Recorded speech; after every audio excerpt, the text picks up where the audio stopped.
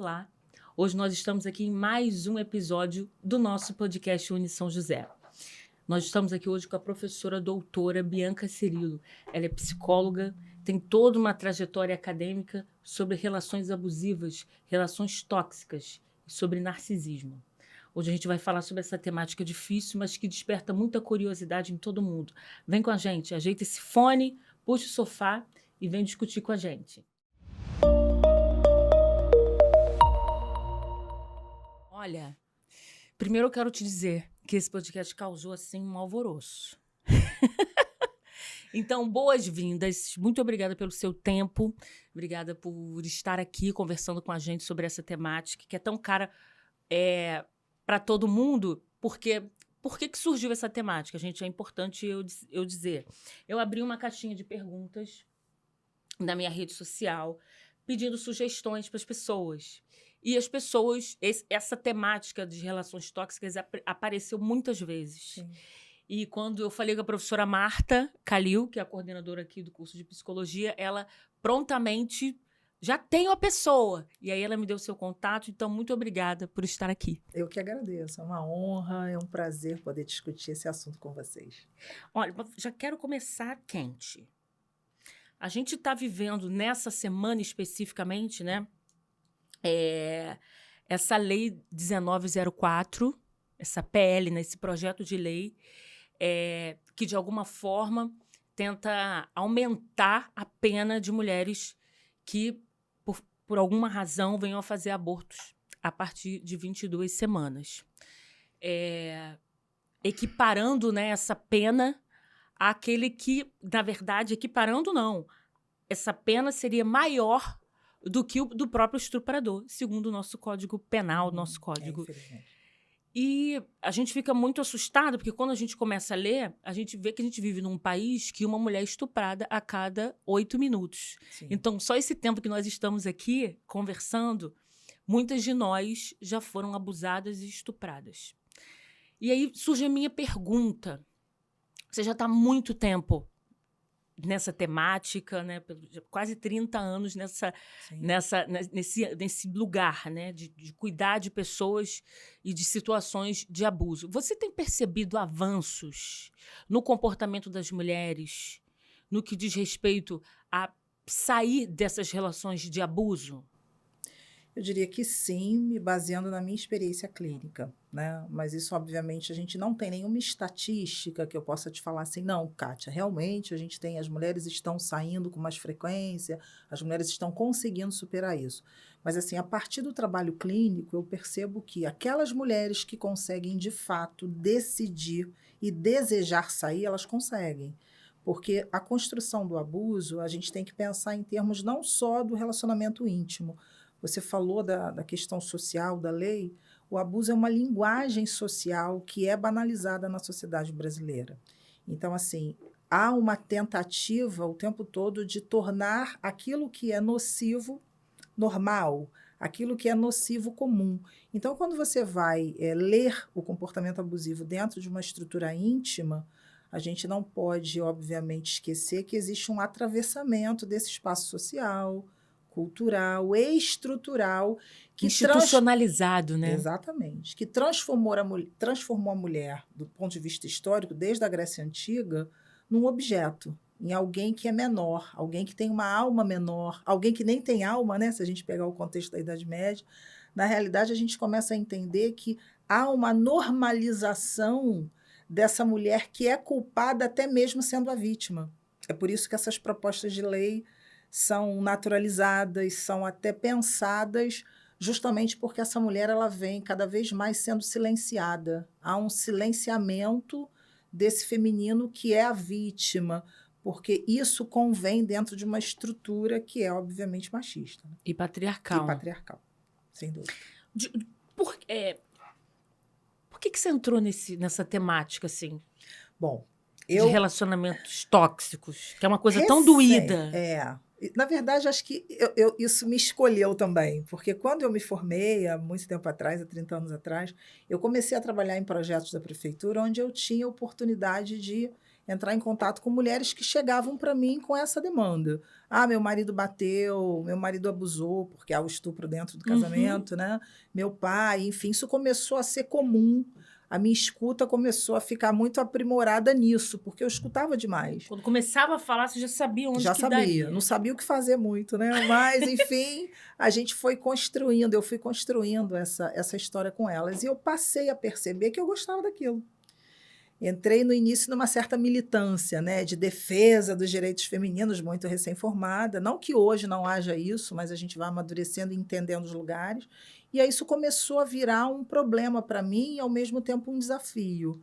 Porque realmente essas mulheres, eu trabalhava com mulheres que vinham de espaços da rua, mulheres que ficavam sem a casa ou que viviam embaixo dos viadutos, né? Então, essa população em situação de alto risco social passou a ser algo muito presente na minha história clínica.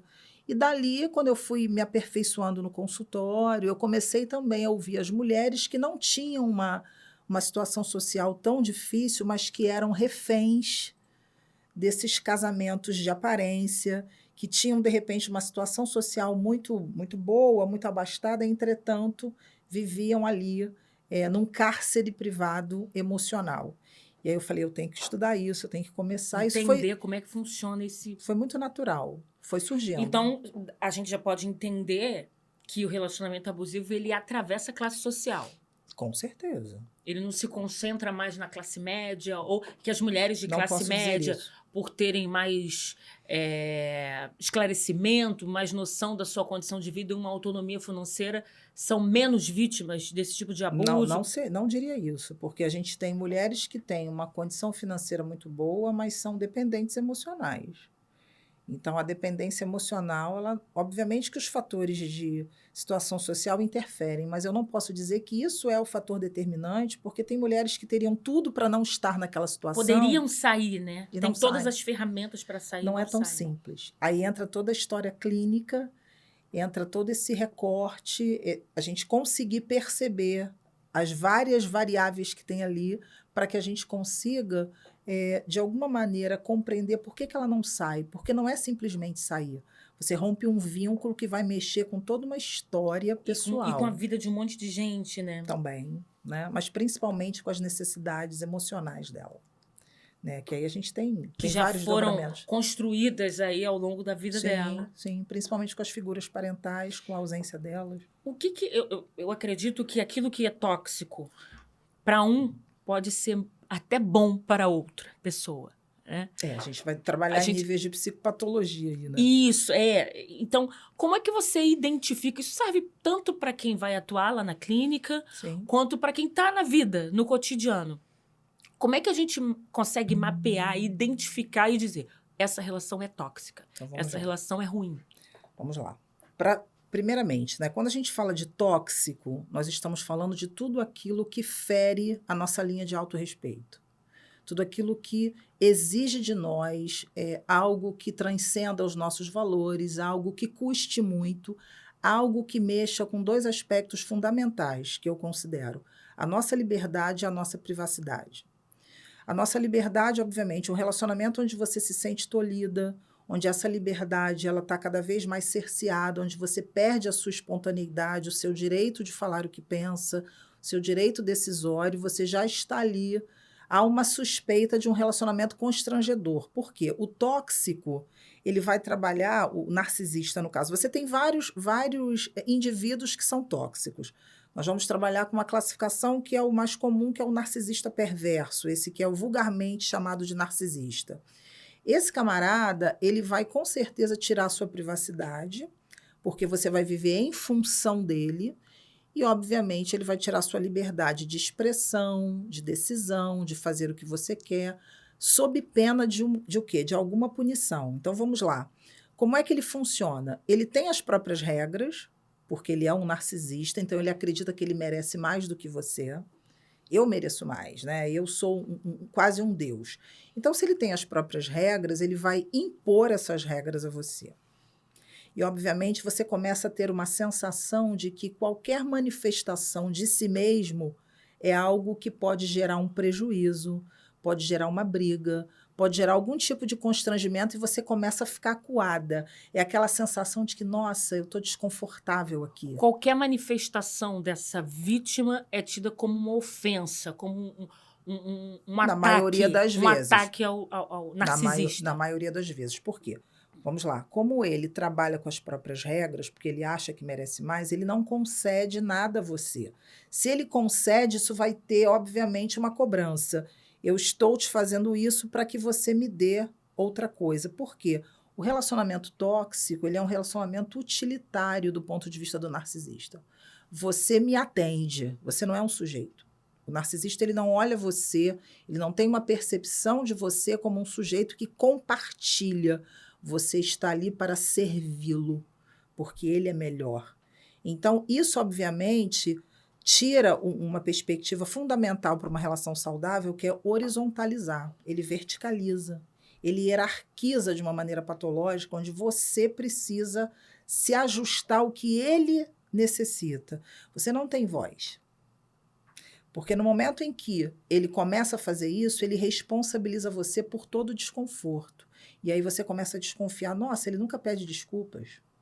Nossa, eu estou sempre errada em tudo. Não há uma conversa. O que nós estamos fazendo aqui? É uma conversa. Nós estamos trocando experiências numa posição horizontal. Não há nenhuma hierarquização, não há nenhuma subjugação, nenhuma imposição. O narcisista não. E muitas vezes ele não deixa nem o outro falar, porque ele, eu vou falar com o quê? Você é menos do que eu, você não tem nada para acrescentar. Você não tem que falar. Você só obedece, né? Mas ele faz isso de uma maneira também romântica. Não é uma imposição tão assim escancarada. Só depois que ele já conquistou sua confiança. No início há um casamento ali, há uma sedução. Ele se transforma na melhor pessoa do mundo. Geralmente são pessoas muito assim efusivas, que você... Nossa, que encantamento. Depois que você já está algemada emocionalmente, ele começa a colocar as regras. E aí, você está falando, a minha cabeça está dando várias camadas, vários triplex. Então, vamos lá. Primeiro é o seguinte, dentro de uma relação, pensando numa relação afetiva. Sim. Essa pessoa, né, que pode ser tanto o homem quanto a mulher. Sim. Ele tem essa relação com o cônjuge. E ele pode não ser assim com outra pessoa? Sim. Não ser assim, entre aspas, vamos lá. Não se comportar dessa forma. Perfeitamente. Com uma mãe, com uma irmã, mas é direcionado esse comportamento geralmente, de subserviência e de hierarquização. É direcionado? Geralmente, sim. Vamos lá. Vamos lembrar que todo narcisista, ele não nasce de um lar saudável.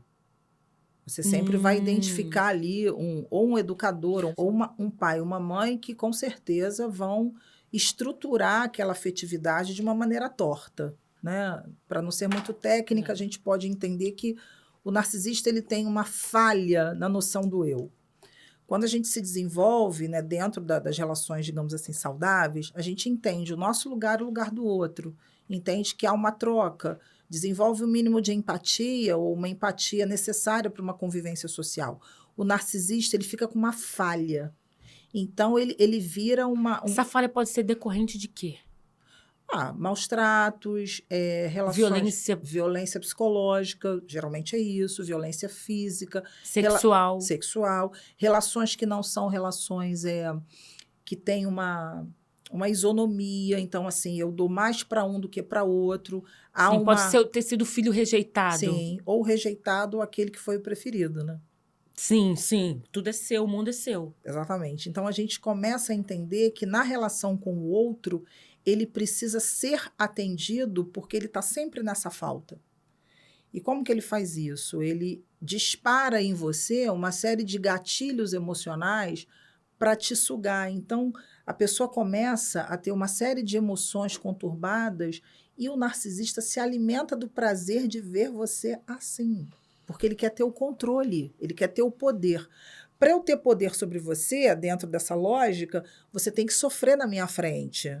Para eu entender que aquilo que eu estou fazendo... Está surtindo efeito. Se eu crio uma resistência, ele não se sente... É aí que entra a clínica. A clínica é justamente ajudar o paciente no processo de autoconhecimento para que ela saia de uma autopercepção diminuída, com esse sentimento de que eu tenho que estar aqui servindo, porque geralmente as vítimas elas são muito empáticas, são pessoas que querem ajudar. Entendo, mas ele já Exatamente. sofreu. Mas é Exatamente. porque ele foi abusado quando ele era criança. Exatamente. Que a mãe dele era isso, a mãe abandonou. Sim. O abandono afetivo, ele está presente no narcisista, né? Hoje, assim, depois desse tempo todo de pesquisa, de atendimento, eu não li isso em lugar nenhum. Isso é uma questão que eu penso, assim, em termos de... mais à frente. Eu diria que o narcisismo, ele tem níveis. Porque, observando o relato dos pacientes, assim, por mais que haja características que são comuns, há um modus operandi diferente de cada um. Né? Eu percebo que tem níveis que são, para mim, mais intensos e menos, mas isso eu não acho na literatura. Né? Geralmente as pessoas não falam isso, isso é uma percepção clínica, porque Então, tem já o tem nível mais de estrago. outro estudo aí. É um nível de estrago, sabe? Maior ou menor, mas você tem ali características que são estruturais. Vamos lá. Não admite ser contrariado, não assume responsabilidade social nem afetiva, está sempre certo, não é empático. E é aquela pessoa que sempre vai, de alguma maneira, criar uma sensação com você de que você não pode se expressar, porque aquilo que você fala e contesta, ele entende como ataque. Ele não entende como uma relação adulta que a gente está discutindo aqui o nosso desconforto. Qualquer divergência de ideias é pessoal. Exatamente. Uma pergunta.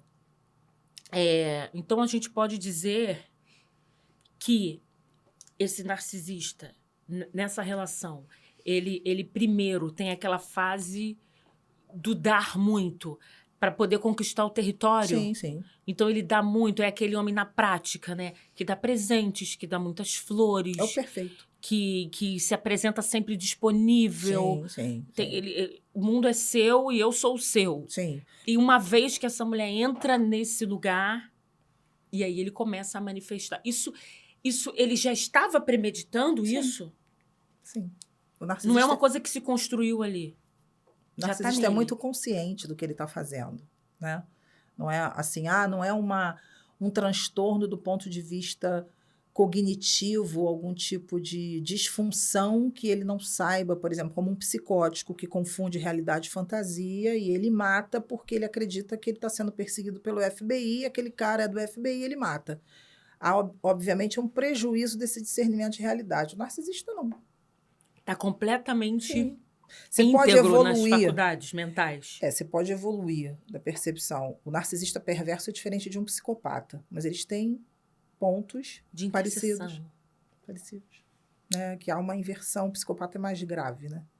Porque o psicopata... Se o narcisista tem uma questão empática diminuída, o psicopata é zero de empatia. Não tem. E aí, para ele se manter nesse lugar, ele joga... com aquilo que a gente vê agora muito na internet, falando que é o do love bomb, como é que chama? Como se fosse a bomba de amor. Sim. Ele vai lá, te dá muito, aí quando sai de uma crise... Como é que funciona essa dinâmica escalonada, né? Porque acaba, de alguma forma, viciando também a vítima na reconciliação. Sim. Né? Então ele tá assim, mas daqui a pouco vai passar e vai ficar tudo bem. E aí a gente vai fazer uma viagem maravilhosa, vai fazer um cruzeiro. Sim. Há uma tendência a resolver de uma forma muito banal. Vamos lá. A gente tem que entender o perfil da vítima. As vítimas de narcisismo são pessoas altruístas. São pessoas que têm medo de conflito, em geral. São pessoas que acham que brigar é uma coisa muito ruim, né? São pessoas que têm uma tendência a querer que fique tudo bem. Então, elas se sacrificam. Há uma tendência a um autossacrifício. Por quê? Porque o narcisista, ele mexe com os desejos mais profundos. Vou dar um exemplo. Uma mulher que sempre quis casar. O casamento era o sonho da vida dela. E aí ela consegue esse casamento. Para que ela quebre esse vínculo, ela tem que quebrar um sonho. E o narcisista sabe, porque ingenuamente, pelo menos a maioria das minhas pacientes, e eu converso muito com elas, isso dentro de uma relação afetiva. A gente tem o narcisismo materno, né? Tem outros contextos. Elas vão entregando o ouro, sabe? Vai falando. Quanto mais eu te falo da minha vida, mais a gente está envolvido. Mais você tem elemento. Então, eu me transformo. O narcisista é chamado também de um camaleão emocional, porque ele se transforma naquilo que você deseja e precisa. E aí você fica... Mas qual é a parte perversa disso tudo? Ele monta essa imagem, ele te seduz com essa imagem, ele te compra com essa imagem e depois ele mostra, tira o véu, mas você fica na reconciliação, a pessoa fica na reconciliação em nome dessa imagem falsa. É por isso que fica anos e anos. Anos. Apanha, volta. Ah, não, mas ele vai melhorar, é só uma fase. Por quê? Porque ele já montou essa imagem e construiu vínculos de confiança e fidelização a essa imagem e depois ele tira a máscara. Tanto é que socialmente ele constrói uma reputação social muito bacana. Isso. Inclusive tem uma série na Globoplay, Justiça 2, Essa ainda não vi. que trata um pouco, fala de abuso, né? De abuso sexual, de um tio que abusa Da sobrinha. que até o Murilo Benício que faz da sobrinha. Mas ele é a pessoa da família. Ele é a pessoa amada por todo mundo. Acima de sabe? qualquer suspeita. Pela comunidade, acima de qualquer suspeita. Exatamente. Mas esse é o jogo. Por quê? Porque um dos movimentos desse controle e poder, porque vamos lembrar, o narcisista ele está entre o controle e o poder. Ele está exatamente manipulando isso. Nesse movimento, uma das ferramentas de manutenção do controle do poder é o isolamento da vítima. E aí, se você sai dali, né, essa pessoa sai dali, começa a reclamar do fulaninho, fulano é ótimo, você tá louca. Fulano é ótimo. Isso vai incutindo na cabeça da pessoa, né? Até que ela se sinta culpada. A ponto de até pensar em suicídio. A gente sabe que, óbvio, né? Você já falou aqui, não somente mulheres são vítimas de relacionamentos Homens também. abusivos, vítimas de narcisistas. Mas esse volume de relatos de mulheres, né, vítimas, você acha que tem a ver, de relacionamentos abusivos, tem a ver com o nosso processo de socialização feminina? Nós somos socializadas para amar. Nós Sim. somos socializadas para uma relação. Sim. Uma mulher fora de uma relação monogâmica, estruturada, ela é menor. Claro. Ela não foi escolhida num determinado lugar. Tem até uma autora, ela é até psicóloga também, lá do laboratório de psicologia da Universidade de Brasília, que ela fala, né, sobre o dispositivo amoroso. Né? O que é o dispositivo amoroso? Nós, mulheres, fomos criadas para amar. Sim. Né? Para amar. Então, se você não está dentro de uma relação, você foi alijada desse processo de socialização. Você é esquisita. Você tem alguma coisa errada com essa mulher. Não para com ninguém. Você é esquisita. Não tem, você é esquisita. Porque muitas vezes... E aí, quando ela fala até num processo de emancipação. Ela fala de emancipação. Ela não fala de empoderamento. Sim. Fala de emancipação, da gente entender esse dispositivo Sim. e passar por esse processo de letramento de gênero. Sim, né? sim. Isso alarga a nossa mentalidade e você começa a pensar, caramba, essa mulher não precisava disso, mas por que isso tem tanta importância para ela estar nessa relação que está matando? Né? Porque o tempo passa, né? E Sim. a vida...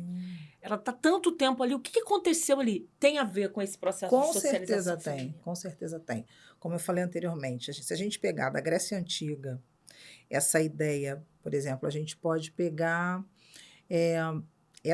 a literatura grega trazendo essa mulher que está ali pronta para fiar, pronta para costurar, pronta para atender o espaço íntimo, né?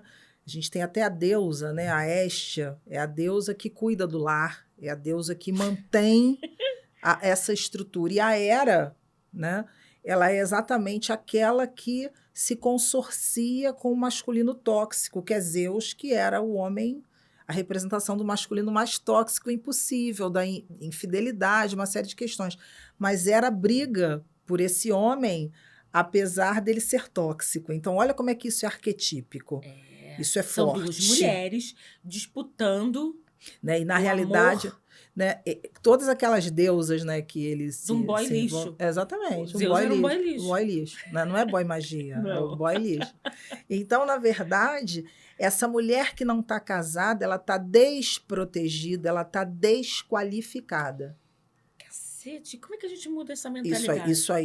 isso aí acho que para milênios, né? Próximas encarnações, talvez. Porque Você acredita em outra vamos lá, encarnação? vamos lá.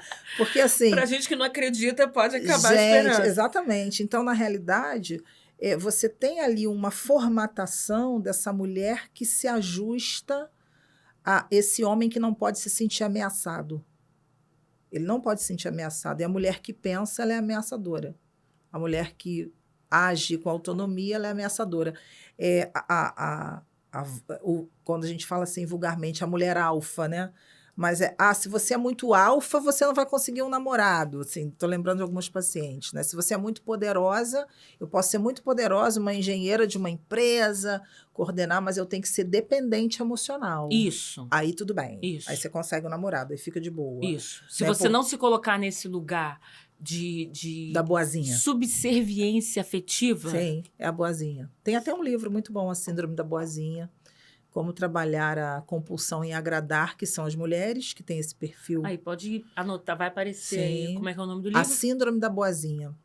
Como trabalhar a compulsão, né, em agradar. Porque o agradador, ele se transforma naquilo que não vai gerar conflito, naquilo que fica tudo bem, para eu obter o mínimo de afeto. Porque são migalhas que o narcisista te oferece. Ele te dá migalhas, você acredita que é muito, você cria uma ficção, né? O Lacan fala disso. Como que nós criamos as ficções, as nossas crenças, né? A psicanálise lacaniana fala disso, e essas ficções passam a ser uma referência de comportamento autoperceptivo.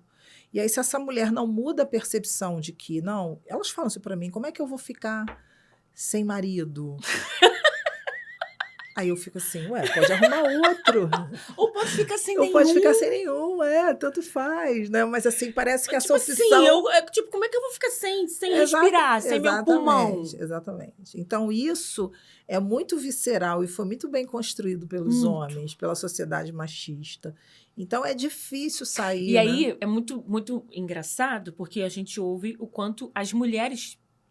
no discurso também são contaminados por... É perfeito, Sim, né? sim. Porque foi um aprisionamento de mentalidade. Você ouve isso de outras mulheres. Sim, com certeza. E aí, por isso, que quando a gente... para o homem, às vezes, é muito mais fácil ele sair de um relacionamento tóxico. Eu já atendi também homens vítimas de mulheres narcisistas e, por mais que sofressem, é um outro encadeamento, é uma outra dinâmica, né? Há uma crença, ou pelo menos até mesmo acho que isso acontece, uma facilidade no manejo. No manejo de encontrar uma outra mulher, né? Porque tem uma questão cultural que dá um respaldo forte. A mulher não, ela fica como que manchada, maculada. Aquela ali, né? Eu lembrei da história de Lilith, né? Não sei se você conhece do mito de Lilith, que Lilith, né, antes de Eva, né, do ponto de vista religioso, que é um entendimento bem interessante você pensar em imaginário. Lilith é aquela que é a rebelde, porque no início Deus teria feito o homem e a mulher do barro, igual. Só que Lilith, ela se revolta porque ela queria copular por cima. E Adão não gostou desse negócio porque isso feria a masculinidade, então ela foi expulsa. E ela foi alijada dos textos até que se constrói Eva. Eva é aquela que nasce da costela. Então, ela é menos, porque ela nasce de um pedacinho do homem. E o mito de Eva, ele vai sendo incorporado como o arquétipo do feminino. Olha, você vai, por mais que você consiga altos cargos, ou seja, a mulher mais poderosa do mundo, você sempre será menos. Você nasceu de uma costela. Se não fosse uma herança, você não estaria aqui. Exatamente. Você pega Pandora. Pandora é um mito interessante também. Pandora é o feminino que solta as porcarias do mundo. Então, tudo que é ruim, se atribui a essas construções do feminino.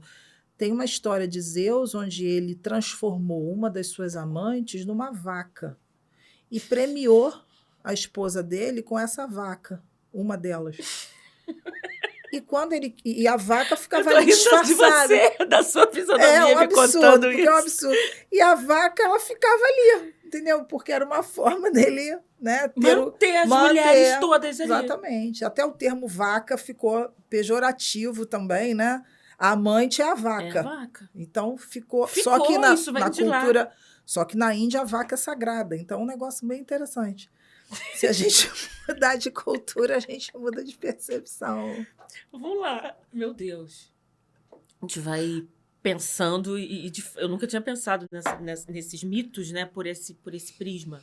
Tem um livro muito bom, Mulheres, um Manifesto, é da Margarete Mais Mead. um livro para botar aí, hein, Pedro? Mulheres, um Manifesto, falando sobre o silenciamento do feminino desde os mitos gregos, assim, é de lá que eu estou tirando essas referências. É muito interessante essa pesquisadora, porque ela fala, a história da vaca vem de lá também, né? E até quando a mulher se emancipa, os terninhos, por exemplo, a masculinização. Sim, Para ter poder, eu tenho que ser sim, masculina. Sim. Percebe como é que isso é muito sutil às vezes, sim. mas que está nessa linguagem. Sóbria, né? Exatamente, Lânguida, exatamente. Uma coisa mais... Exatamente.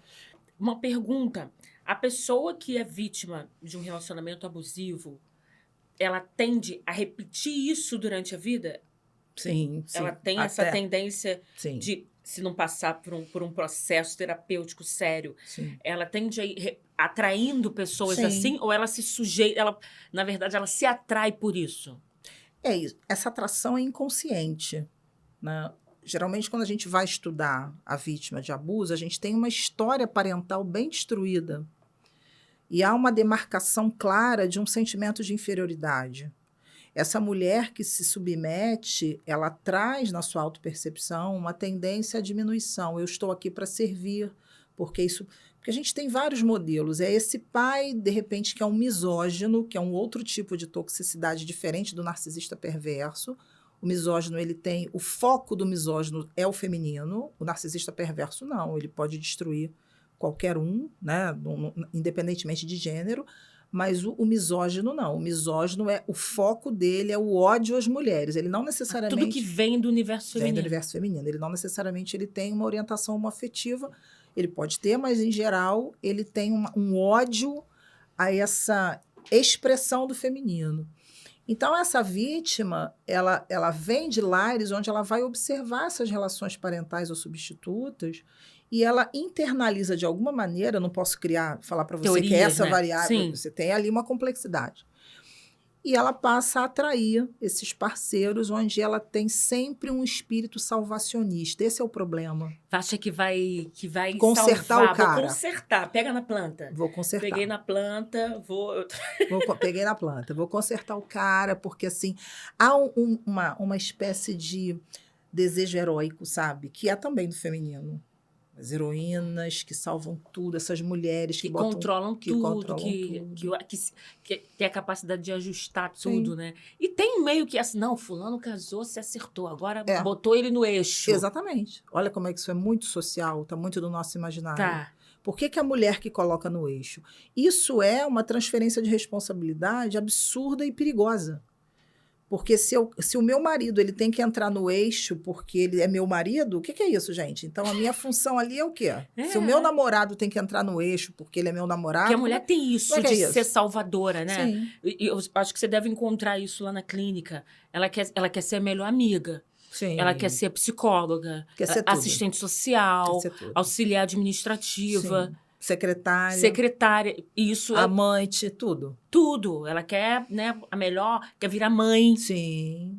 Até as expressões, filha, que é uma coisa muito esquisita. Assim, eu trabalhei muito tempo com casais, então, não filha. Aí eu tinha que fazer intervenção. Filha, vamos chamar pelo nome? Vamos fazer esse exercício? Porque é difícil. Filha, filho. Ô, filha. Filho de quem, gente? Filho de quem? Filho da mãe, né? Filho da senhora, assim, sua mãe. Pois é. Porque o narcisista, ele também potencializa isso se é conveniente. A gente tem que lembrar o seguinte. Não tem uma relação clichê. É sempre assim. O narcisista, ele tem um movimento, uma intenção utilitária. Se é útil para ele se transformar no filho... Tá bom. Tá bom.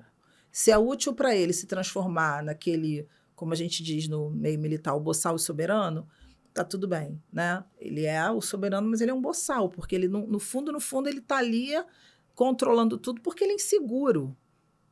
Há uma insegurança muito grande, né? Obviamente que existem narcisistas que são mais duros, por isso que eu falei dos níveis, que é um negócio que está me chamando a atenção. Isso que eu ia te perguntar, tem uma relação, essa veio até pela internet, essa pergunta, tem a ver com isso que você falou. Tem uma relação direta entre esse perfil mais incisivo, dessa fala mais incisiva lá, há uma possível relação entre temperamento mais incisivo, forte, e um perfil narcisista? Não posso afirmar que sim, mas porque, como eu Porque falei... não existe narcisista passivo. Existe? Tem. Passivo-agressivo tem. Tem um perfil que é o passivo-agressivo. Ele não te dá um tapa, ele não grita com você, mas ele te manipula psicologicamente, ele é a No tom de vítima, voz ele é o baixo. coitadinho. Você vai sair, me deixar sozinho? Você vai sair com essa roupa? Você acha que é legal você sair com essa roupa? O que tem de errado com a minha roupa? Lógico que você Você se tem que expõe pensar, demais. você é uma mulher casada, não fica Nossos bem. filhos aí, os filhos. E ele é sempre a vítima. Quando você confronta o narcisista, ou ele vai te agredir, né, entrar no tiro, porrada e bomba e vai também te pegar pesado, ou ele vai entrar nesse modo de... Ele vai te estudar para saber o que funciona. Se você não é ciumenta, não adianta Então, eu te uma provocar, mulher que fala alto, que se impõe, ela pode ser vítima de um narcisista nesse perfil. Claro que pode. Aí ele começa, não, mas Porque ele olha não vai gritar só, também, ele vai... Não. Pra fazer você se Existe- sentir culpada. Poxa, mas ele, tá vendo? Ele nunca gritou comigo, ele fala Sim, baixo. isso é uma alegação na hora da clínica. Não, doutora, nunca gritou comigo. Ele nunca me deu um tapa. Olha que interessante. Há uma construção, pois é, de que a violência tipo assim, ele é só é o tão tapa. bom que ele nunca me deu um tapa. Exatamente. Ele nunca me deu um tapa, mas ele já destruiu minha autoestima. Porque, vamos lá, tem 3 coisas que o narcisista precisa destruir: autoestima, autonomia e uma terceira coisa, que é essa capacidade que você tem de poder decisório, que é a sua liberdade. Então, essa autonomia que tem a ver com a liberdade e a sua autoestima. Então, ele vai destruir isso aqui. Vai destroçando. Porque se eu tiro a sua autoestima, eu tiro a sua base. Porque a sua capacidade de confiar em si. A autoestima, ela não tem a ver com a estética. A estética é a expressão, Sim. é uma das expressões. A autoestima tem a ver com o quanto você confia em si E se percebe, né? e nas suas possibilidades de mudança. A mulher, quando chega à clínica, ela não tem isso. Ela está com a autonomia destruída, a autoestima destruída. E no mercado de trabalho? Como é que é esse cara narcisista? Como é que se É comporta? complicado na empresa. Na Eu faço empresa? trabalho em empresas, né, no mundo corporativo, também sobre lideranças. Não, porque eu tô pensando assim, imagina ter um chefe assim. Sim.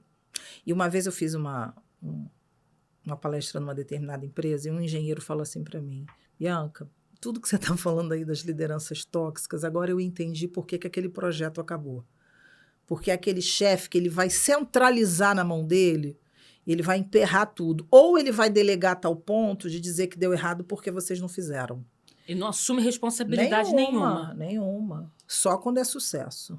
Aí foi ele que fez. Foi ele que fez. Exatamente. Se deu errado, a culpa é sua. Então, ele vai minando as possibilidades. Então, ele grita com você, ou ele fala baixo, mas ele está ali te espizinhando. Exatamente. Então, o narcisista, ele vai estudar. Por isso que é uma coisa importante a gente falar. Ele ativa os gatilhos emocionais da vítima. Porque, na verdade, no mundo corporativo, ele precisa também de aprimorar isso de uma forma e manejar isso de um jeito que ele se mantenha também naquele lugar, né? Porque senão ele perde o cargo. Então, esse love bomb, né? Ele também é o cara que dá muita premiação. Mas ele é comparativo e ele é injusto. Porque ele quer te testar. Então, você sabe que você precisa ser promovida. Tudo tá leva na sua vez. Aí ele promove o outro. E aí, se você começa a ter um problema com o outro, a Kátia é problemática. Então, vamos afastar a Kátia, porque ela não sabe trabalhar em grupo. Mas ele não assume que ele te provocou. Ele não vai assumir que ele te provocou. Ele vai te levar à loucura e dizer que a louca é você. É você que não sabe jogar o jogo. Articula pessoas uma contra as outras. Sim, manter o ambiente hostil é o objetivo dele. Sim. Porque as pessoas organizadas, ele vai ficar em evidência, né? Sim, sempre em evidência. Quando a gente vai definir assim, de uma forma simples o narcisista, ele tem uma distorção na noção do eu. O narcisista é aquela pessoa que habita a terra do perfeito, a suposta terra do perfeito, sendo imperfeito. Ele quer que você seja perfeita nessa lógica de absurdo. Sabe aquela relação absurda? Tem um mito grego que fala do Sísifo. O Sísifo é aquele personagem grego que ele tem um retrabalho, ele empurra uma pedra, ele foi condenado pelos deuses a empurrar uma pedra sobre uma colina e a pedra volta. E ele tem que ter o retrabalho, ele empurra de novo. Esse é um modelo clássico, até o Albert Camus trabalhou isso dentro de uma lógica capitalista bem interessante, mas é uma outra discussão. Mas se você usar esse modelo, a metáfora de Sísifo, né, que é o trabalho do Camus, é exatamente isso a relação narcisista. Você fica empurrando aquela pedra, a pedra volta. Que cansaço. É cansativo, mas precisa ser cansativo, porque eu tenho que capturar a sua alma para não ter mais nada para você fazer, a não ser pensar em mim. E ele não fica cansado? Esse humano não chega uma No fundo hora... fica, mas existe o ganho ali da... Ele é um... Ele está ali te sugando, né? Ele é um vampiro, então Ele esse está se alimentando de alguma cansaço forma também. é alimentado pela sua energia psíquica. O narcisista, ele se alimenta da sua energia psíquica. Vou te dar um exemplo. Esse é bem interessante. Esse foi um exemplo, não foi nem clínico, é um exemplo que eu li num livro. Essa era uma mulher narcisista. Então, ela foi ao teatro com um namorado, chegou no teatro, de repente, ela criou, prestes a começar a peça, para tudo, meu broche, meu broche, meu broche. Imagina você dentro do teatro, um ser humano desse gritando que perdeu o broche, né? Você já entra no instinto assassino. Aí, muito bem. E cadê o broche? Cadê o broche? De repente, parou tudo, acenderam as luzes para ela procurar o broche. Todo mundo procura o broche. E a peça não começa. Sabe onde estava o broche? Dentro da bolsa. Dentro da bolsa. Tudo bem. E a cara dela nem arde. Não, nem arde. Eu sou melhor do que você. O mundo tem que parar para minha necessidade. Por minha causa. Isso é um relato verídico? Isso acontece. A gente vê acontecendo. Uma estudiosa escreveu um livro que eu deixo também como recomendação, que é Socorro, me apaixonei por um narcisista. Esse livro é muito bom. Tem um monte. Esse podcast vai dar trabalho para editar, porque vai ter que colocar todos esses livros lá. Esse é muito bom. Uma pergunta. Na clínica, tem diferenças assim significativas na abordagem para pessoas vítimas de comportamento desses narcisistas no âmbito do afeto amoroso, no âmbito familiar, no âmbito corporativo, ou a clínica trabalha sempre na direção de resgatar essa pessoa? Sim, eu diria que é mais nesse lugar, nesse segundo lugar. Você pode até, obviamente... Eu costumo falar assim, a clínica do abuso é uma clínica que tem um aspecto mais pedagógico. Se você trabalhar com uma ferramenta muito clássica, muito vitoriana, muito psicanalista vitoriana, não funciona, né? Eu fiz uma formação durante muito tempo em psicanálise. Desculpa, eu não sou de psicologia, mas assim, no sentido de fazer essa pessoa resgatar, de fazer essa pessoa se olhar, ou você diz pedagógica no sentido de ser mais diretiva, de você propor trabalhos, de você propor reflexões, de você... Não dá para ficar ali só na escuta. Não, é isso que eu estou querendo dizer. Entendi. Só numa escuta, numa perspectiva de uma associação livre, não. Você tem que trabalhar com uma coisa mais diretiva. Ele não vai conseguir encontrar esse lugar sozinho. Não. Não que você tenha que induzir o paciente, não é isso. Mas você tem que construir ferramentas, assim, eu posso falar isso com muita segurança, porque são 30 anos trabalhando com isso e vendo o que funciona, o que não funciona, porque quase a gente vai... idade. Que a gente vai... eu também tenho só um pouquinho a mais de 30. Olha, eu tinha 18. Pouca coisa. Que aí você vai vendo que determinadas ferramentas... Então, assim, os pacientes levam um caderno, elas trazem trabalhos, a gente faz uma reflexão diferente, a gente faz dinâmicas. Então, e isso traz um resultado muito bom, porque o objetivo principal é o resgate... Primeiro, da autopercepção. Como que eu me percebo nessa relação? Por que eu me coloco menos de alguém... por que eu me coloco menos diante de alguém que está ali para me sugar? Que, no fundo, só para isso. É só para isso. Por que eu me submeto a tantas práticas desrespeitosas? O que isso fala de mim? Porque, obviamente, que as pessoas chegam à clínica muito queixosas. O outro. E faz parte. Faz. Até que elas entendem, e está aí você implicada nisso. O que você faz com isso que fazem com você? Isso. O que você faz com isso? Né? E é no momento que elas começam a ganhar autonomia. Num relacionamento tóxico, de verdade, sempre é narcisista. Ou misógino, ou um psicopata. Você tem classificações, né? Como eu falei, o narcisista perverso, o termo vem do século XIX da psicanálise, na verdade, é perversão narcísica. Foi um termo que o Freud estudou isso nos primeiros escritos, né, quando ele traz esse conteúdo. E aí isso se vulgarizou como narcisista perverso, mas é perversão narcísica o termo clássico. E dali você vai estudando outras subestruturas, né, dentro desse conjunto de toxicidade, que é o misógino, que tem um modus operandi diferente do narcisista perverso, com elementos parecidos, e o psicopata, que é um cara assim, esse aí é duro, esse é bem difícil, porque é aquele cara apaixonante. É aquele homem perfeito, lindo, maravilhoso. E ele vai ali e o psicopata, ele geralmente é muito mais inteligente, né? Porque ele estuda você com mais profundidade. É um ótimo pai, muitas vezes. Pode ser. Ele pode ser um cara... Ou não é uma regra, mas assim, há também uma tendência à busca de reputação, né? Construção de imagem fora e dentro. A gente só descobre o narcisista dentro, geralmente. Só quando é no trabalho, né? No trabalho o cara vai se denunciando porque as práticas vão ficando abusivas, vão ficando autoritárias, e aí você tem que ter um feeling ali para perceber. Como é que uma pessoa... como é que geralmente é na clínica quando aquele momento que a chave vira? Estou numa relação tóxica. Estou adoecido por conta de uma relação tóxica. Ou quando vira aquela chave, cara, meu marido é narcisista, ou minha esposa é narcisista. O que eu observo na clínica tem 2 fatores que são muito comuns. Uma é quando isso passa para o físico, as doenças. Por exemplo, eu tive uma paciente que o marido, ela com 35 anos teve um AVC. Uma menina muito esportiva, muito bonita, e ele rasgou a roupa da atividade física nela, a xingou de vários nomes e queimou a roupa no fogão na frente dela. Nesse momento, ela busca terapia. Ali ela viu que era demais. Já colocou a arma na cabeça dela, situações assim. Ainda não foi suficiente, precisou desse episódio do queimar depois da a roupa. arma. Aí ela foi. Ali foi o ponto sensível dela, né?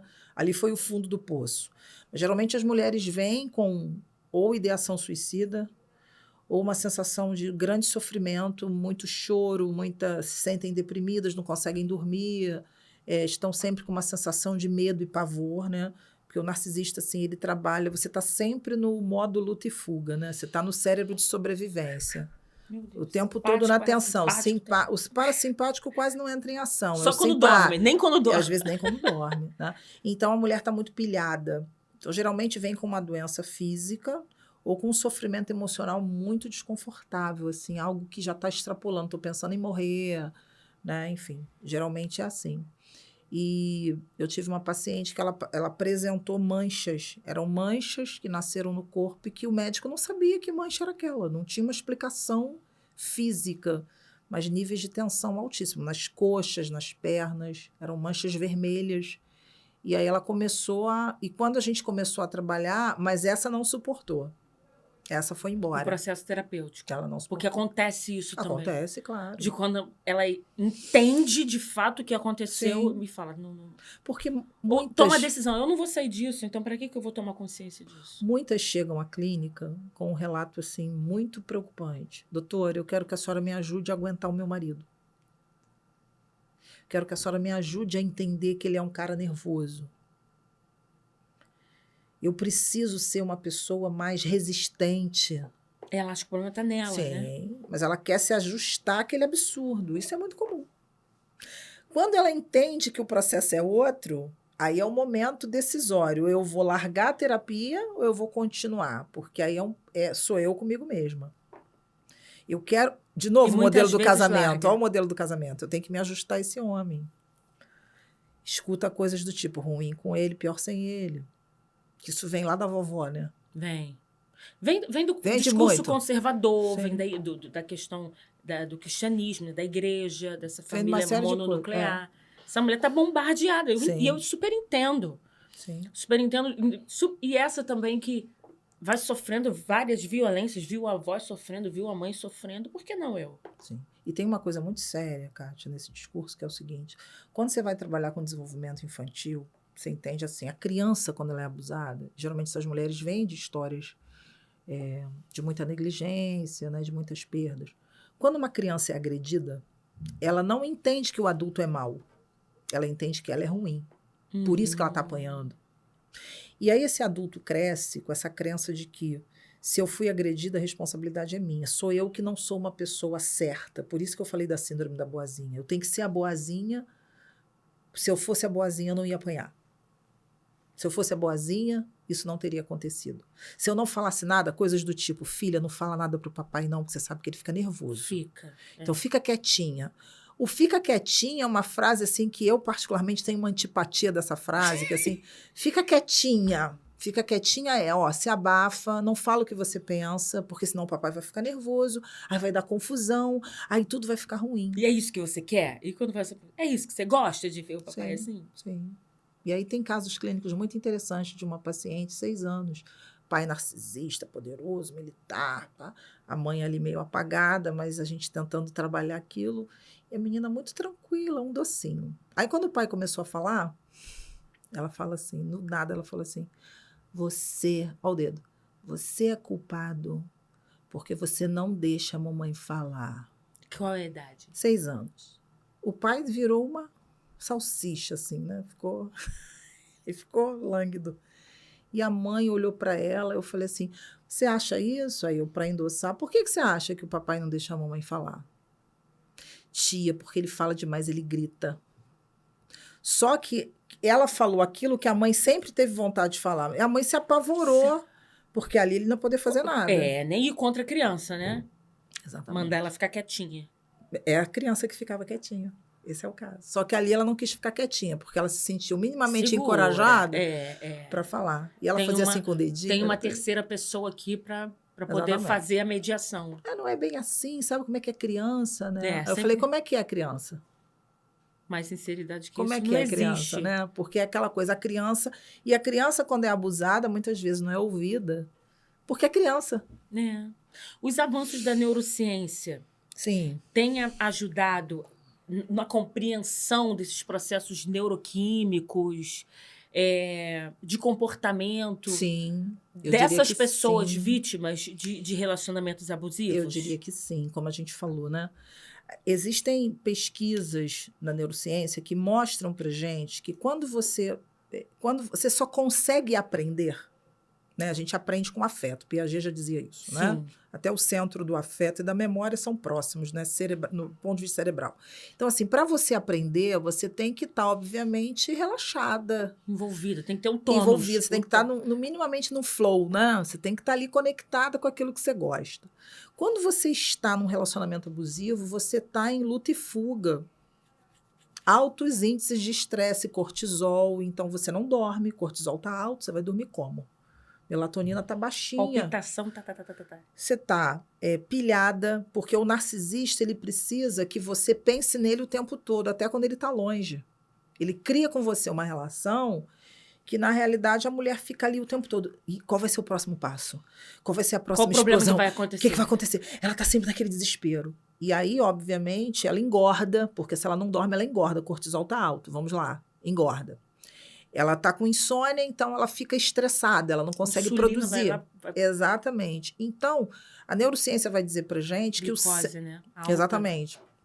O cérebro de sobrevivência não é o cérebro do aprendizado, porque eu tenho que entrar no cérebro criativo.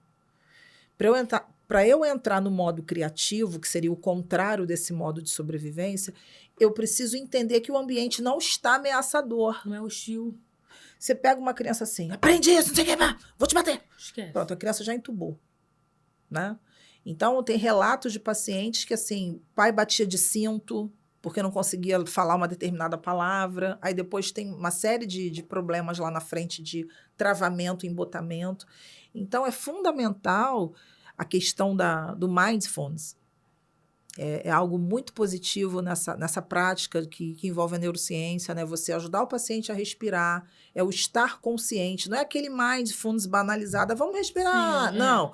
É uma tomada de consciência de como é que eu me ausculto, é profundo, né? Eu vou auscultar a minha alma. O que esse cara me provoca? Isso é uma pergunta clínica que eu sempre faço. Como você se sente nessa relação? Chega. Doutora, só de pensar no nome eu já estou gelada aqui. Olha só de vir a imagem, a neurociência fala isso, né? O cérebro para a imagem é maravilhoso, né? Quanto é fonte de aprendizado. Porque a gente sabe hoje que, do ponto de vista cerebral, o que você pensa, o cérebro não vai distinguir a realidade da fantasia. Se você pensa no limão, é como se você estivesse chupando o limão, daqui a pouco você está salivando. Então, quando ela está com aquele pensamento constante, quando ela respira, ela entra em contato com ela para ela discernir o que eu vou fazer, né? E outra coisa, a saída de uma relação abusiva não pode ser brusca. Tem que ser essa é uma pergunta, já está adiantando. Não pode ser brusca. Ela é construída. Construída. Essa coisa que eu vejo às vezes na rede social, não, faça isso, faça aquilo. Não, é muito, muito perigoso, porque há ali laços. Porque existe uma coisa, por mais polêmica que seja isso, eu vou falar, tem o famoso, os ganhos secundários da doença, né? Existe um ganho secundário. Eu tô apanhando, mas eu tô casada. Eu tô apanhando, mas eu tenho um marido que tá me sustentando. Tô apanhando, mas eu tenho casa. Tô apanhando, mas eu tenho casa, eu tenho filho, todo mundo vê que eu tenho uma família. Eu viajo, exatamente. Tenho um carro bom. Exatamente. Então, em nome desses ganhos secundários que a gente tem em qualquer contexto psicológico, em qualquer sintomatologia, o paciente, ao mesmo tempo que ele quer, ele não quer também, porque você vai perder muita coisa. Você tem que construir, você tem que quebrar o hábito de ser você, né? Você tem que construir um outro você. Um outro você. E aí, como é que é esse construir um outro você? Que ela se depara com tudo aquilo que ela aprendeu. Você é menos. Tem um caso de uma paciente que ela não consegue passar em concursos públicos porque ela escutava da avó que ser menina é ser menos. E ela fica na trave.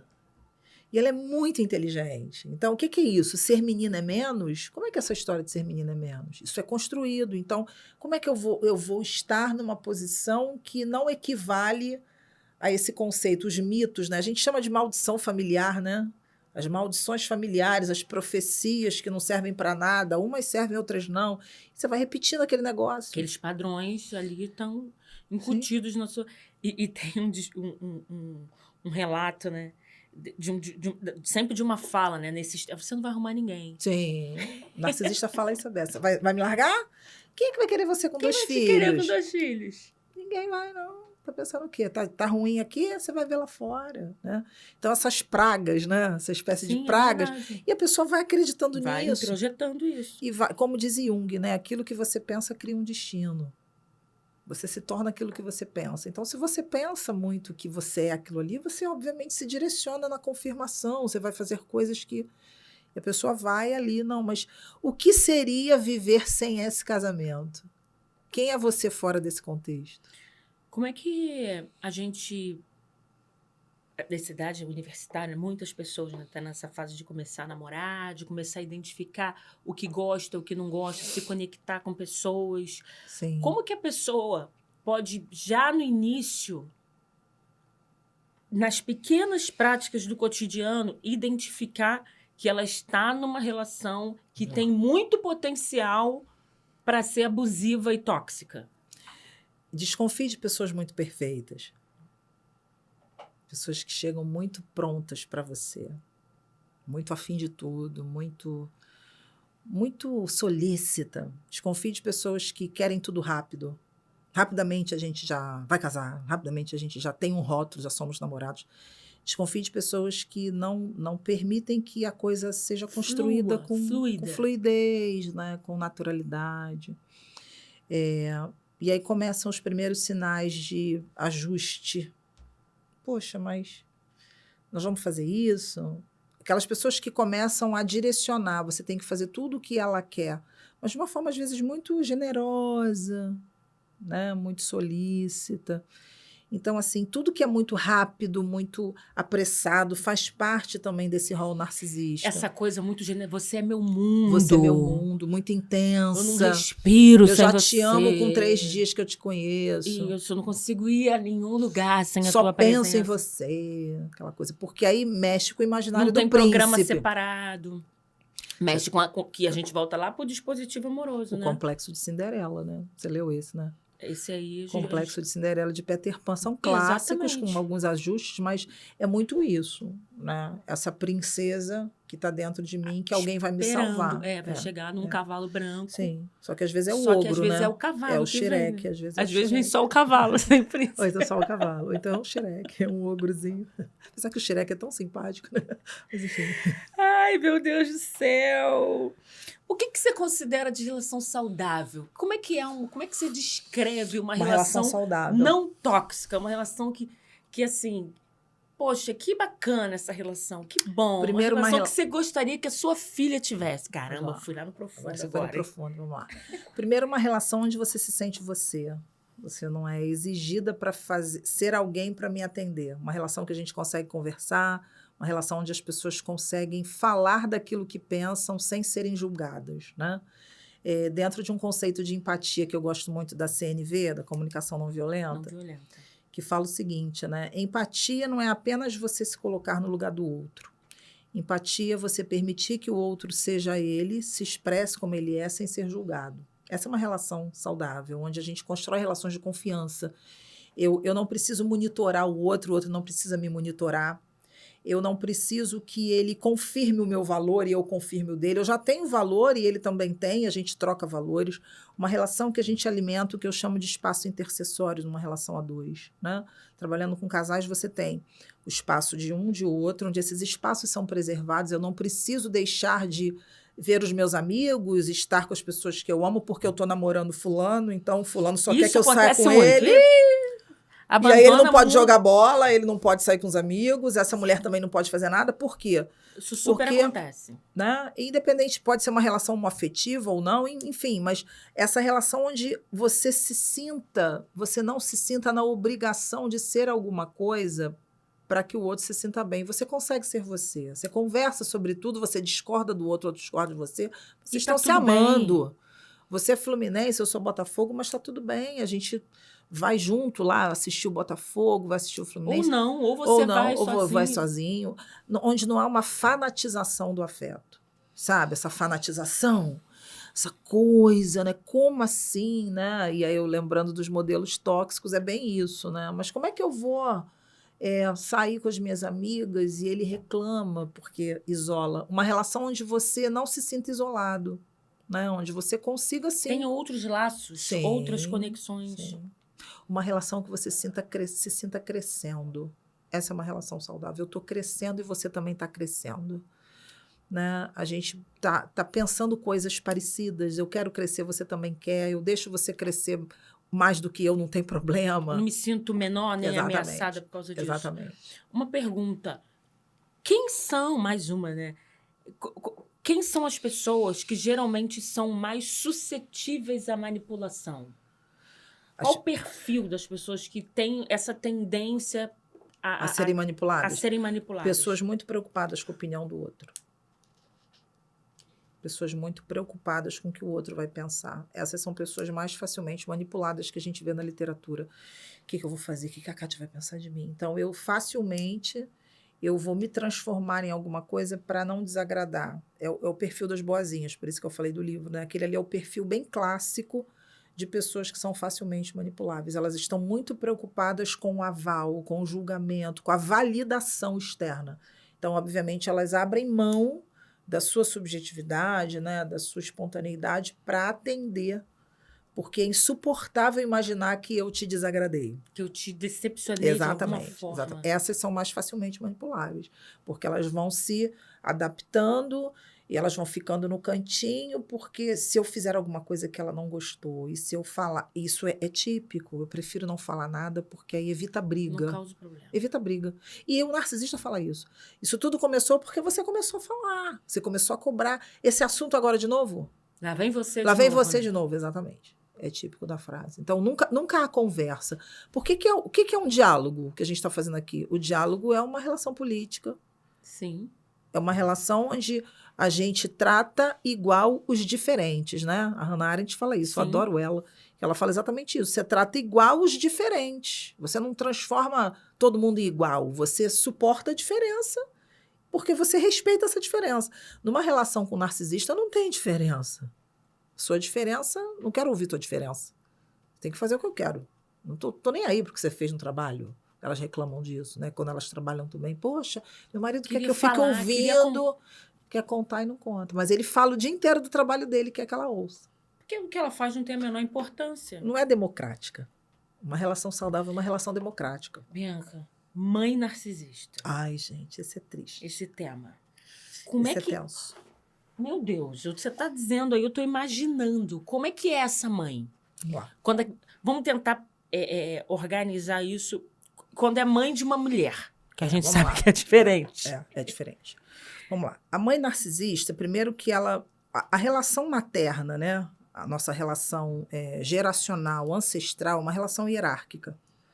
No sentido de quem nasceu primeiro é maior, mas não no sentido de ser melhor, porque gerou essa vida. Então, há uma precedência, uma antecedência que supõe uma hierarquia. A mãe, ela está ali numa posição diferente da filha. Há uma hierarquização que não significa autoritarismo. A gente confunde hierarquia com autoritarismo. Sim. Hierarquia é diferença de função. Hierarquia é uma diferença de organização, né? Essa mãe narcisista, ela não hierarquiza, ela nivela muitas vezes, porque ela vê a filha como uma rival. Essa filha não é alguém que eu vou amar. Investir. Não, é alguém que me causa problemas, porque teve a história de uma mulher, mãe narcisista, que jogou ácido no rosto da filha, porque a filha era muito bonita, né? Porque tinha a atenção do pai. Então, ela vai disputar com essa filha. Então, ela vai desqualificar a autoestima. Ela não é aquela mãe que a gente chama na literatura de suficientemente boa, né? Aquela mãe que ali a provedora afetiva, provedora material, olha, conta comigo, a parceira que te passa, te ensina, constrói com você o ser mulher, né? O tornar-se mulher, não. É aquela mãe que está ali para dizer que você não é tão boa assim. É a madrasta da Branca de Neve. Está sempre ali, tem um espelho falando que a filha está brilhando, mas ela vai lá e mata. E mata psicologicamente. Então, é aquela mãe, por exemplo, eu tenho um caso de uma paciente que eu atendi há muito tempo, que ela foi à loja com a mãe narcisista e ela pegou um vestido. E a mãe pegou um igual. Então, é aquela mãe que está sempre querendo dizer para você, é aquela mãe que pode tirar o seu namorado, é aquela mãe que vai expor você publicamente. Olha, fulana, quando era pequena... comia cocô. Exatamente. É aquela mãe que tipo, vai... no almoço de família, na Sim. frente de todo mundo. Sim, é aquela mãe que diz que você faz drama. Chorando por quê? É aquela mãe seca. Aquela mãe... Aí você tem níveis, de novo, né? Que ela vai implicar com todos os seus namorados, ela vai falar que você tá gorda, ela vai falar que você tá magra, ela vai falar que você tá feia, ela sempre vai colocar alguma coisa que para ela é um defeito. Ela te desqualifica na condição de ser amado. Você tá sempre com uma sensação de que você não é amado, e não é. Isso que eu ia perguntar. Não é amada. Essa mãe narcisista não ama. Não. Narcisistas não então amam. É possível. Narcisistas não amam. A relação é utilitária. O amor, ele pressupõe dedicação e troca. O amor é uma troca. A gente alimenta um sistema. Eu recebo e dou. O sistema familiar é assim, né? Você doa e você recebe. Tem gente que não quer receber, tem gente que não quer doar. E o narcisista é aquele cara que ele só quer receber. Então, no espaço intercessório, que é o espaço político das relações, onde todo mundo contribui e a gente também se alimenta desse espaço aqui, que estamos construindo no entre nós duas, você se alimenta, eu me alimento, a gente troca, a gente aprende junto, O narcisista não, ele tira. E daqui a pouco está vazio ali. Então é possível uma mãe não amar. É possível, porque isso aí é uma construção. Quem fala isso? Elizabeth Badinter. Elizabeth Badinter escreveu Um é o Outro, que é um livro fantástico sobre relações conjugais desde a pré-história, interessantíssimo. E ela escreveu, acho que foi ela mesma, Um Amor Conquistado, o mito do amor materno. Que é uma coisa, a gente sabe, não sei né? se é conquistado ou inventado, acho que é conquistado. Do instinto materno, sim. de que eu te amo sem nunca ter te visto. Se eu te amo sem nunca te ver. Quando eu isso é uma construção. soube que você estava dentro de mim, isso é uma construção. Eu já te amava. Eu nunca escrevi isso em rede social. Sim. E nunca... Isso é um choque para muita gente, né? Claro que é. Eu já fui criticada na rede social por estar falando isso, porque há uma romantização. A gente constrói esse amor, Sim, né, Bianca? claro, Você, claro e, que e- sim. e é difícil porque a gente não encontra espaços para falar isso, sobre Não, isso, não, né? porque é Tipo uma coisa assim, muito velada. eu te amei quando eu soube que você estava aqui, eu te amei. Não é, não. Você sacraliza essa relação, porque aí você tem toda uma Posso amar a construção. ideia de estar grávida, Sim, posso. Mas aquele indivíduozinho ali, aquela pessoa, e sim. tudo que o cuidado traz. A gente não ama, não. É uma Não é, inversão não. do mito, né? A mãe narcisista, ela subverte, né? Ela rompe com esse mito de uma maneira muito agressiva. Então, isso choca o imaginário. Porque como assim uma mãe Porque faz esse amor isso? não se construiu Sim, no processo, sim. né? E você vê uma história, né? Geralmente, quando você vai trabalhar com uma pessoa vítima de abuso narcisista, você tem uma história familiar ali muito Que é sinistra. só procurar. E às vezes não precisa nem de procurar, né? Sim, Já chega. sim. São repetições, né, Já daquele abuso. chega. Já Sim. chega. O narcisista nunca procura ajuda. Ele nunca. Eu não digo nunca, né? Assim, é até um Você já ponto tratou sensível. algum narcisista na clínica? Já. Por esse motivo ou por uma outra razão? Chega com outro motivo, mas aí depois você vai descobrindo algumas coisas, né? Tem dois aspectos que eu queria destacar nessa busca do narcisista clínica, né? Estou até com um caso recente agora que veio diagnosticado como narcisista, mas que, segundo ele quer fazer terapia. Então, vou ver até onde vai essa historinha dele, mas vamos lá, né? Essa historinha é Essa ótima. historinha. Não sei se é verdade, vamos ver. Hoje eu vi numa rede social, porque eu fui ler, né? Tive que ir buscar. E aí, um cara falando que ele entende que ele é narcisista, que ele já acabou com um monte de relacionamento, que as pessoas que ele estava se relacionando falaram para ele procurar ajuda porque ele era. E aí, todos os terapeutas diagnosticaram ele e ele agora quer ajuda. Pois é, então assim, obviamente que se a gente pegar literatura psiquiátrica, literatura psicológica, assim, o narcisista não teria essa cura, entre aspas, né? Ele vai morrer assim. Mas tudo que a gente também tem que abrir um espaço para flexibilizar, a gente tem que ouvir. As pessoas. Eu ó. nunca peguei um caso de um narcisista que tenha se colocado dessa forma como a gente está falando aqui. Eu quero buscar terapia. O desafio está vindo agora. Então, pode ser que Poxa, alguma depois coisa... de 30 anos. apareceu um. Um não, dois. Já tive um, mas esse aí não aguentou, o Rojão. não, porque era um relacionamento... A minha amiga atendia a esposa e ele veio naquela tentativa de reconstruir o casamento. Então, depois ficou claro para mim que ele não queria mudar. Ele queria encontrar uma mulher se maneira de ter adequasse. controle de novo sobre ela, né? Então, acabou não vingando essa terapia. Agora, esse outro que está chegando, eu não sei. Ainda estou no início. Ainda não dá para formar uma ideia ainda. Então, eu não posso dizer que é e pronto. As coisas estão mudando. Muitas coisas mudam. A princípio, até hoje, até esse momento que eu estou fazendo aqui esse trabalho com você, não tem. As pessoas, não conheço nenhuma amiga ou nenhum psicólogo que tenha dito para mim, Bianca, consegui recuperar um narcisista, ele conseguiu se repensar e fazer um caminho bacana, menos autodestrutivo. A literatura, esse Socorro, Me Apaixonei por um Narcisista, a autora fala de alguns casos de narcisistas que ela atendeu. Então, assim, estou analisando. Está em análise. Porque tem muito a ver com isso que você falou. Se ele acha que a culpa é sempre do outro, Difícil ele se eu acho implicar que no processo. ele se colocar no lugar como alguém que... Como assim alguém que eu não conheço vai dizer Sim. como eu tenho que me comportar? Mas aí entra a questão dos níveis. Qual foi o nível do estrago na construção desse narcisista? Eu sei que muitos psicólogos não vão concordar com isso que eu estou falando, mas numa leitura de como pesquisadora, a gente não pode ter o preconceito. A gente tem que abrir espaço para ver o que vem, né? É isso e pronto. A clínica está provando que é o que a gente vê muito comumente. Não vamos confiar em narcisistas, a gente fala isso. Mas eu teria que criar uma outra clínica agora dos narcisistas, se eles viessem e se implicassem. Você já vê... Óbvio que eu acredito que lá na clínica... Você já está ali o tempo todo observando. Você já olhou, já sabe que o cara... Então, todo o relato dele sobre alguém, sobre uma história, você já... Porque eles são sedutores, eles manipulam. Às vezes eles querem estar ali para provar, olha, eu estou fazendo terapia, eu sou bonzinho. Isso, tem esse viu? clichê. Tô procurando ajuda. Aí é difícil, porque o cara é raposa, né? Ele está ali, está articulando para ver como é que ele... Ou então vai falar para você só o que você quer ouvir, né? Porque tem isso. É para ela falar um monte de Seduz mentira. o psicólogo. Ele tá ali te falando aquilo que, poxa, bacana, ele tá fazendo nada, tá te enrolando. né? E aí é difícil É cuidar desse difícil, cara. às vezes não dá nem para perceber que ele está te enrolando, a gente não é detetive, né? Caramba, é difícil cuidar desse cara.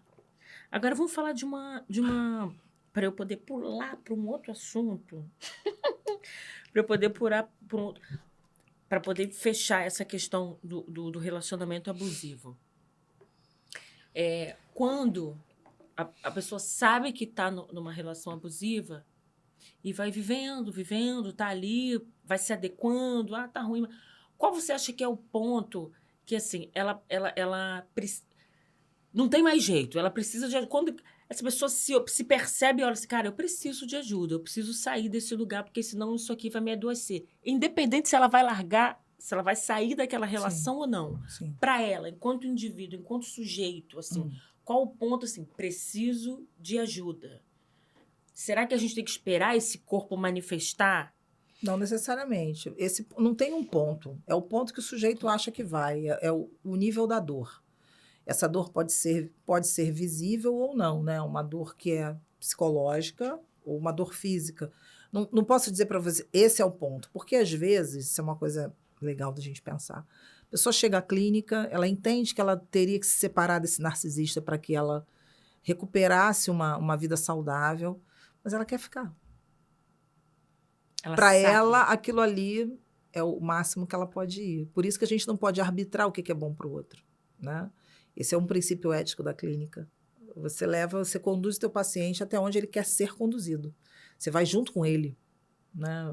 Então, no momento que ele fala, tá bom, eu entendo tudo isso aí, doutora, a senhora me falou isso, tá, mas eu não quero me separar, eu quero continuar aqui, aí é o limite do respeito pelo paciente, ele não quer. A nossa posição ética é orientar, é trabalhar com ele, é estar ali pensando junto nas questões que ele traz. Mas o que eu posso dizer, o que é bom para o outro, né? Você já perdeu pacientes vítimas de violência? Uma morreu de câncer. Ela ficou casada com um narcisista uns 30 anos. Esse homem, ele era um advogado altamente destrutivo. E ele cheguei a fazer algumas sessões que ele participou, né, dentro de obviamente, de um consentimento da paciente. Ali eu fui identificando algumas coisas. E ela casou em comunhão total de bens e ele vendeu uma pousada, ficou com todo o dinheiro. Entrou na justiça contra a própria filha, porque ele deu um carro para a filha, depois ele cobrou na justiça o preço do carro. Vendeu o carro. Vendeu o carro. E aí ele queria, na verdade, ele deu o carro para a filha e ele queria o carro de volta. Então ele entrou na justiça para reaver o carro. Essa mulher entrou num looping assim de sofrimento, conseguiu se separar dele, mas ele, obviamente, ela trabalhava para ele, era secretária dele, e ela ficou um tempo sem emprego, ele dando apenas a pensão para a filha menor, mas foi perdendo tudo até que ela teve um câncer em 1 mês.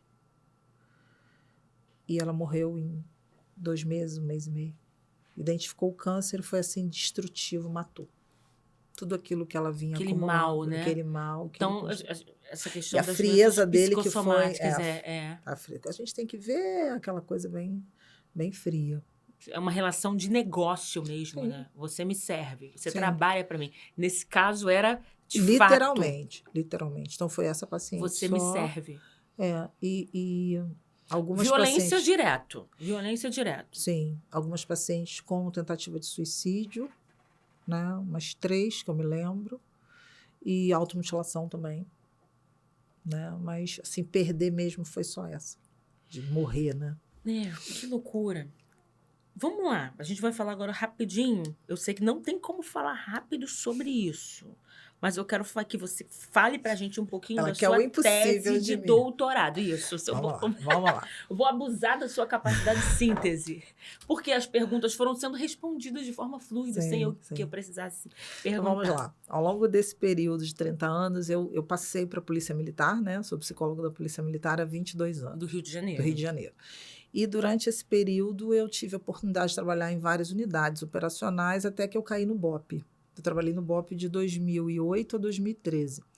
Nesse período do BOP, eu fui convidada a participar dessa unidade para atuar em ocorrências com tomada de reféns. 174, lembra do Lembro, 174? claro, tem Foi a filme, parte. tem documentário Tem sobre isso. documentário, exatamente.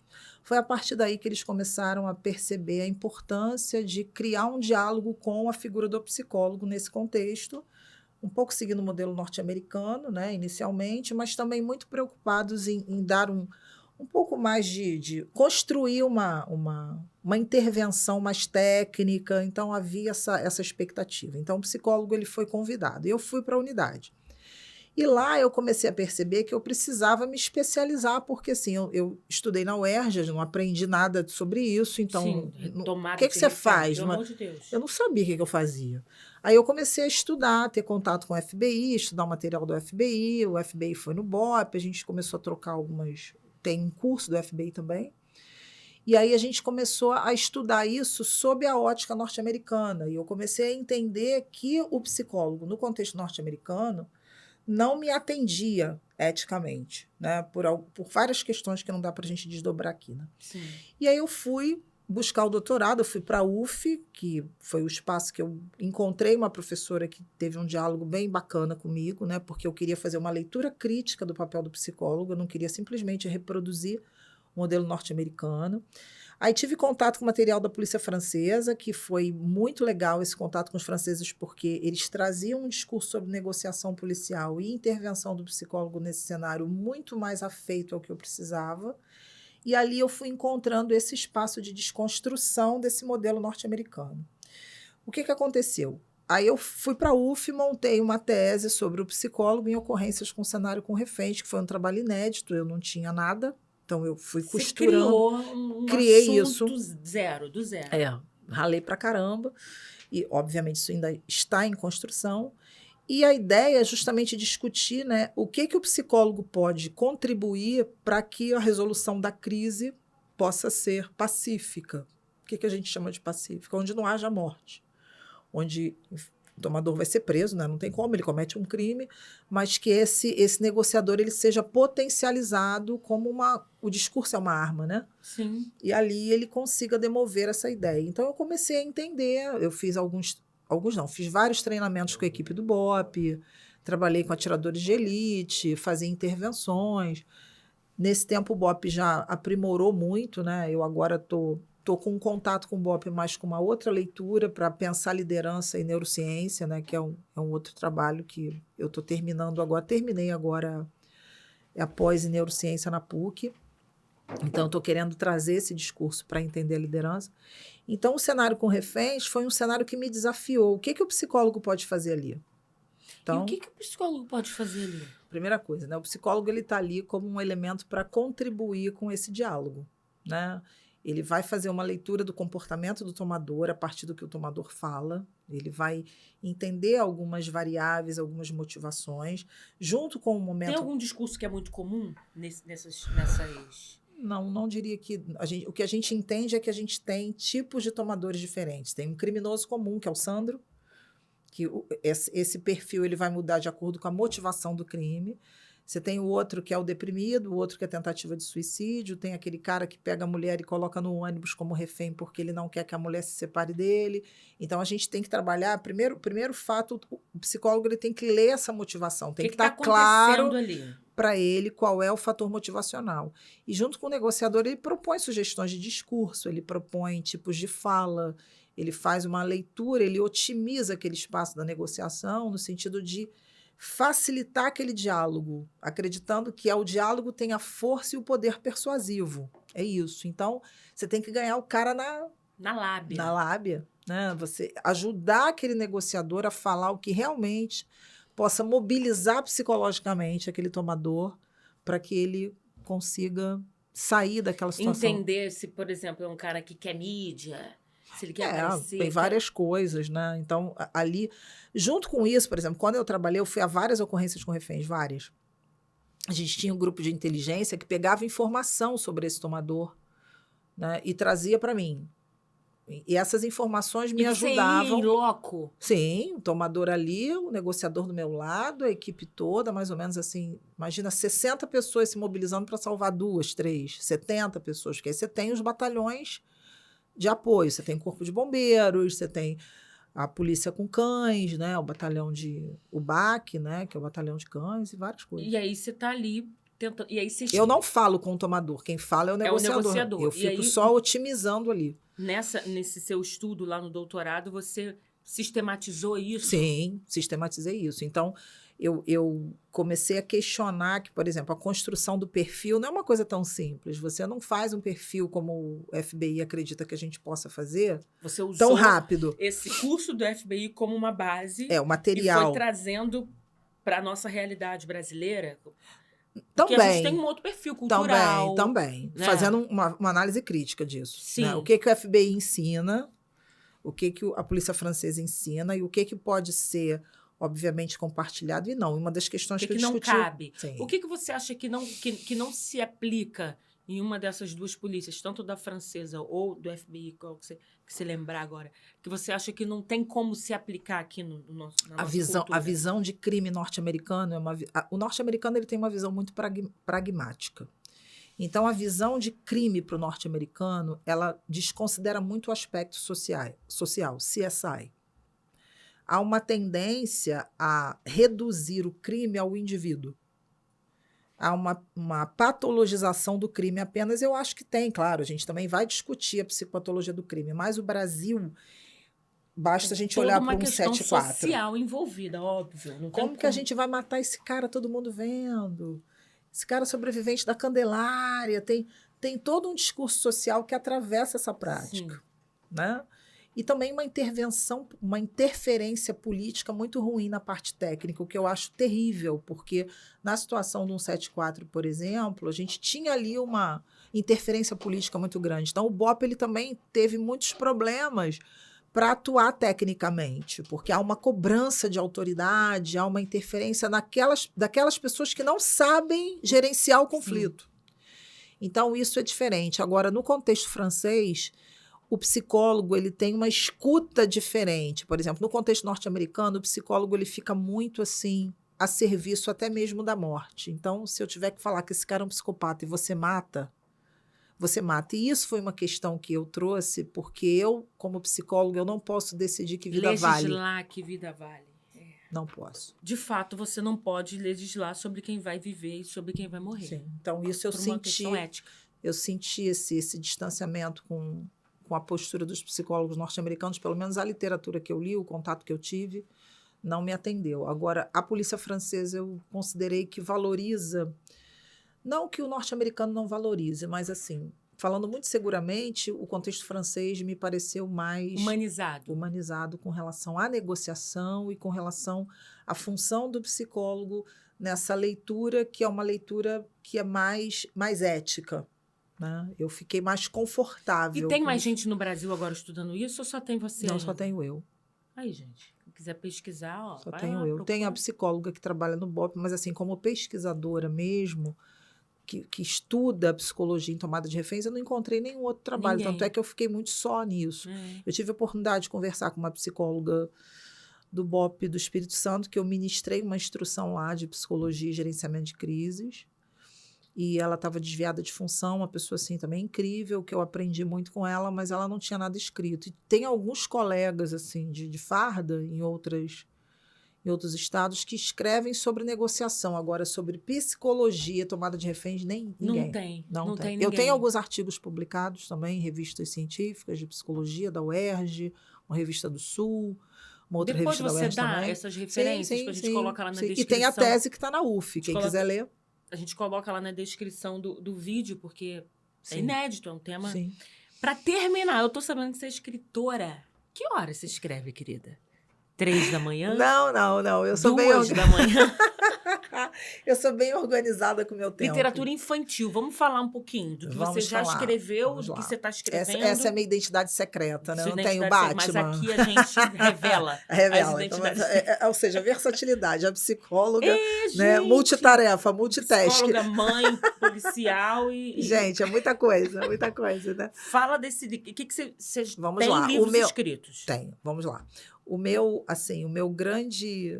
momento off, o meu momento flow, não que eu não goste de tudo que eu faço, claro, mas o meu momento assim muito intenso na hora de escrever, né? E eu escrevi um livro para jovens, assim, bem lá no início, com uma colega, mas foi um livro, assim, bem singelo. E depois eu escrevi com uma outra amiga um livro sobre uma menina que foi considerada, tinha algum tipo de psicopatologia, digamos assim, porque ela dizia que lembrava de vidas passadas, e aí ela foi tratada por um psiquiatra. Eu montei uma ficção com ela, né? Qual com o nome minha desse amiga. livro? Mariana Dantas, Entre o Mundo Mágico e o Mundo Sombrio. Né? É um livro que vende na Travessa, vende na Amazon, vende em algumas... Vamos colocar lá também, né? a capinha do livro lá. E agora eu estou finalizando um livro, que esse é um projeto solo, que é o livro de uma menina também, né, que vive num mundo pandêmico, que é o mundo do tédio, assim, muito observando a minha filha na época da pandemia. É isso que eu ia te perguntar. Mãe, não aguento mais aula online, não aguento mais ficar em casa. Então, assim, isso foi muito inspirador, porque eu tenho uma filha adolescente, né? E aí eu criei a Thalita, né? E a Thalita, ela vive no mundo pandêmico, entediada, e nesse tédio ela começa a perceber, será que tem um mundo melhor do que esse? E nessa percepção, nesse questionamento, ela tem um tio que ela ama muito, esse tio, que é um engenheiro que estuda física quântica, e ele traz para ela esse universo quântico de como é que a gente pode criar novas realidades. Então, eu botei a Thalita num multiverso paralelo, né, que a princípio seria uma saga, né, um projeto de saga. Eu já tenho ideia dos livros seguintes. Já está tudo na cabeça. E esse primeiro livro eu coloquei o sobrenome da Thalita em homenagem a uma paciente, né, que me marcou muito, uma jovem de 19 anos, que tinha o sobrenome Dodaro. Então, eu botei Thalita Dodaro e os Mistérios do Multiverso. Esse é o livro 1, a proposta do livro 1. E esse que vai, daqui a pouco, se Deus quiser bombar, né? Vai bombar, gente. E aí, eu falo ali de como é que a Thalita, ela sofre uma grande dor, que eu não vou dar spoiler, né? Ela sofre uma grande dor, e a partir dessa grande dor, ela abre o contato com esse multiverso, que, na realidade, a proposta do livro 1 é ensinar o adolescente que pensar cria realidade. E aí eu fui criando vários personagens, ficha de personagem, tem um vilão que é... O vilão, ele na verdade, é o Dr. Zenão, é o vilão, por conta do efeito Zenão da física quântica. Eu estudo muito física quântica já há uns 7 anos. Que hora, gente? Estudo. Né? Uns 7, 8 anos. E aí o Dr. Zenão, ele é um grande manipulador psicológico que consegue distrair a Thalita. E é na distração que ele consegue manipular os pensamentos dela, entre outras coisas que ele tem. Me inspirei nos Cavaleiros Templários. Ele é um herdeiro dos Cavaleiros Templários, que eu estudo muito história. Então, ele é uma espécie assim de... ele subverteu a ordem dos Templários. E nessa subversão, ele montou o exército do mal dele. Então, tem toda uma história do vilão, e ele vai, obviamente, atrapalhar a Thalita nesse acesso ao multiverso, porque toda vez que ela acessa o multiverso, ela melhora psicologicamente. E ele vai barrando esses acessos, justamente porque ele não quer que os jovens descubram que pensar cria realidade. Eu já quero ler esse livro. Já quero ler.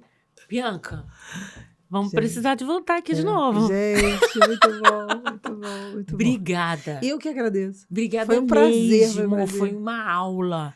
Uma aula. Não somente para mim, né, que tem privilégio de estar aqui, mas para todo mundo que está em casa, para os meninos aqui que estão aqui, prestando maior atenção. Acho que eu nunca vi, sobretudo Felipe, tão atento. Eu falo muito. Super atento. Ai, muito obrigada. Eu que agradeço. Quero você aqui de novo para falar das suas outras coisas. Você faz outras coisas. Faço. E a gente não conseguiu nem falar sobre isso. As palestras nas empresas. Isso, sobre liderança, sim. sobre formação de líderes. Vai ter que voltar aqui para falar sobre isso. Eu já estou aqui agora, né? Agora eu já sou aqui também, né? Agora já está em casa. Muito obrigada. Eu que agradeço. Tá? Foi um prazer. Gente, obrigada. Um beijo.